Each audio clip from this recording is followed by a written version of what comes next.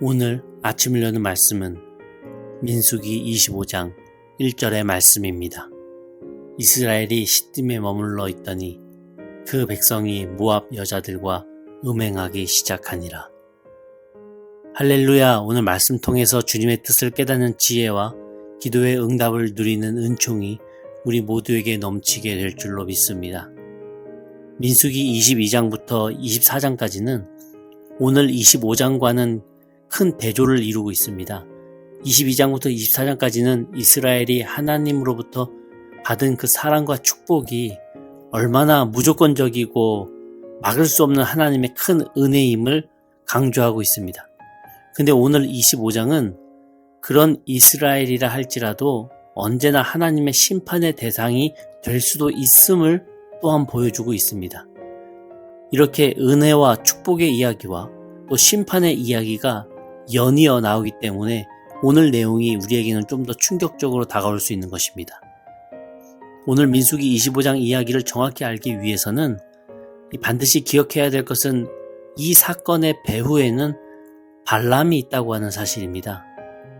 나중에 살펴볼 민수기 31장 16절을 보면 발람은 자신에게 주어진 그 하나님의 모든 계시에도 불구하고 결국에는 모압 나라를 위해서 일한 것으로 연구합니다. 이 발람은 하나님께서 이스라엘을 저주하는 일을 절대로 허락하지 않는다고 하는 것을 깨달았어요. 그래서 대신에 아주 인간적인 방법으로 이스라엘을 무너뜨리는 그 계략을 발락에게 귀뜸해 준 것으로 추측합니다. 어떤 인간적인 방법이었는가? 바로 모압 여자를 통해서 이스라엘 남자들을 성적으로 유혹하고 결국에는 모압의 신 바알브올을 믿고 따르게 만드는 계획이었습니다. 이 방법은 곧장 잘 통했고 결국 이스라엘 민족이 하나님의 저주를 받아 많은 사람들이 죽음으로써 발람의 의도대로 이루어지고 있는 것을 우리는 보게 됩니다. 그러나 그 때문에 발람도 역시 민수기 31장에서 모압 징벌 과정에서 죽임을 당하게 되죠. 오늘 민수기 25장의 활동 시기는 이제 광야 생활 40년이 다 끝나갈 시기입니다. 광야에서 40년 가까이 하나님의 훈련을 충분히 받았고 또 가나안 땅으로 들어갈 백성으로서 많이 다듬어진 그러한 상황이 아닙니까? 근데 오늘 1절에서 그 내용이 벌써 심상치가 않아요. 이렇게 기록합니다. 이스라엘이 시딤에 머물러 있더니 그 백성이 모압 여자들과 음행하기 시작하니라. 이스라엘 남자들이 모압 여인을 보자마자 다짜고짜 음행을 저질러요. 그리고 2절과 또 3절 보면 이 여인들의 우상까지도 같이 섬깁니다. 10계명 가운데 제1계명과 제2계명을 다 어겼어요. 나 이외에 다른 신을 내게 두지 말아라. 그리고 우상들에게 절하지 말아라. 다 어겼습니다. 참 실망스럽지 않습니까? 40년 가까이 광야에서 신앙 훈련을 받아왔던 이스라엘 백성들이었는데 이렇게나 쉽게 영적으로 빨리 무너졌다고 생각하니까 참 많이 실망스럽더라고요. 근데 하나님께서 주시는 마음은요, 너도 였습니다. 저라고 뭐가 다를까? 모태 신앙이니 신앙생활이 몇십 년이니 해도 이 은밀한 죄 앞에서 무너지고 또 연약해지는 존재가 바로 나라고 하는 거예요. 우리가 아무리 신앙생활의 연수와 어려운 일을 겪음으로써 쌓이는 그 신앙의 성숙이 있다 할지라도 하나님을 내가 떠나는 그 순간 우리는 세속적인 한 인간에 불과한 것입니다. 곧장 죄에 노출되어 쓰러지고 만다고 하는 것이죠.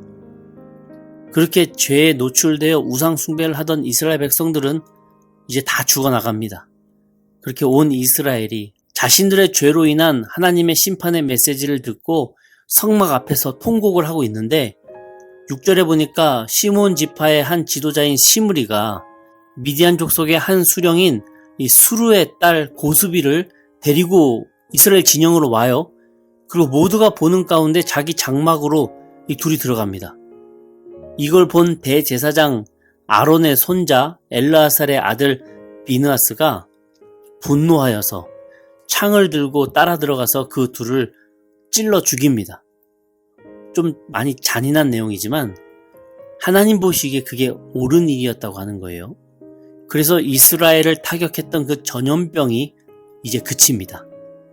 그러면서 하나님께서 말씀하시기를 11절인데 제사장 아론의 손자 엘르아살의 아들 비나스가 내 질투심으로 질투하여 이스라엘 자손 중에서 내 노를 돌이켜 내 질투심으로 그들을 소멸하지 않게 하였도다 라고 기록을 합니다.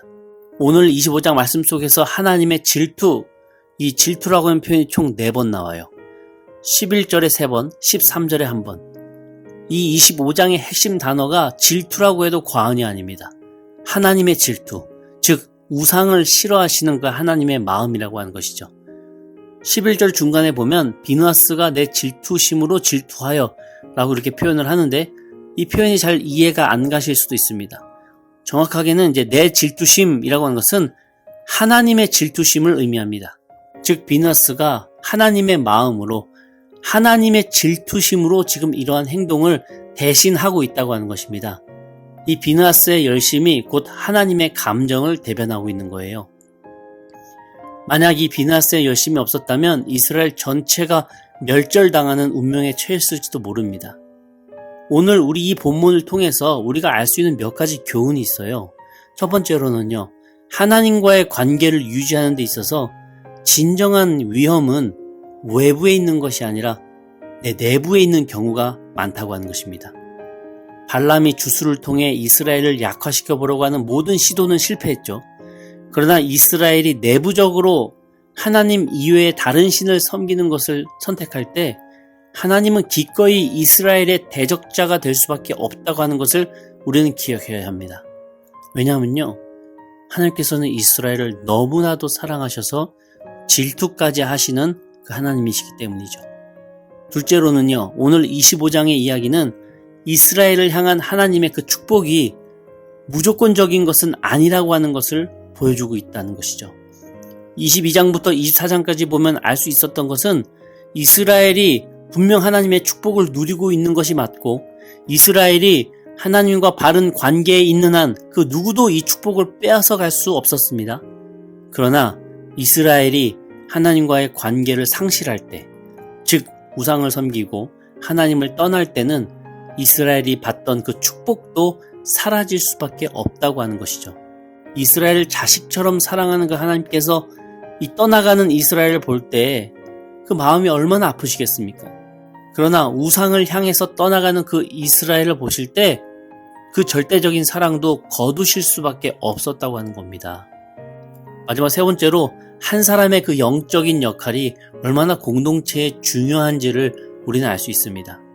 발람 한 사람의 음모 때문에 이스라엘 전체가 죽을 수 있는 위기에 빠졌듯이 반대로 비느하스 한 사람의 열심으로 이스라엘 전체가 위기에서 벗어날 수도 있었습니다. 마치 아담 한 사람을 통해 이 세상에 죄가 들어오고 예수 그리스도 한 분을 통해 이 세상에 구원을 입는 것과도 비슷한 것이죠. 죄의 유혹은 외부에서 올 수도 있지만 더 위험한 것은 내부에서 시작될 수 있다는 것을 우리는 기억하면서 항상 깨어 기도하면서 우리의 시선을 하나님께로 고정해야 할 것입니다. 그리고 또한 우리 각자는 내 자신이 속한 그 공동체를 영적으로 유익하게 세울 수도 있는 건설자가 될 수 있다는 것과 반면에 거꾸로 공동체를 어려움에 빠뜨릴 수 있는 파괴자가 될 수 있다는 것을 기억하면서 비느하스와도 같이 하나님의 마음을 내가 함께 공감하며 영적 열심으로 살아가는 오늘 하루 되시기를, 그러한 자녀 다 되시기를 주님의 이름으로 간절히 축원합니다.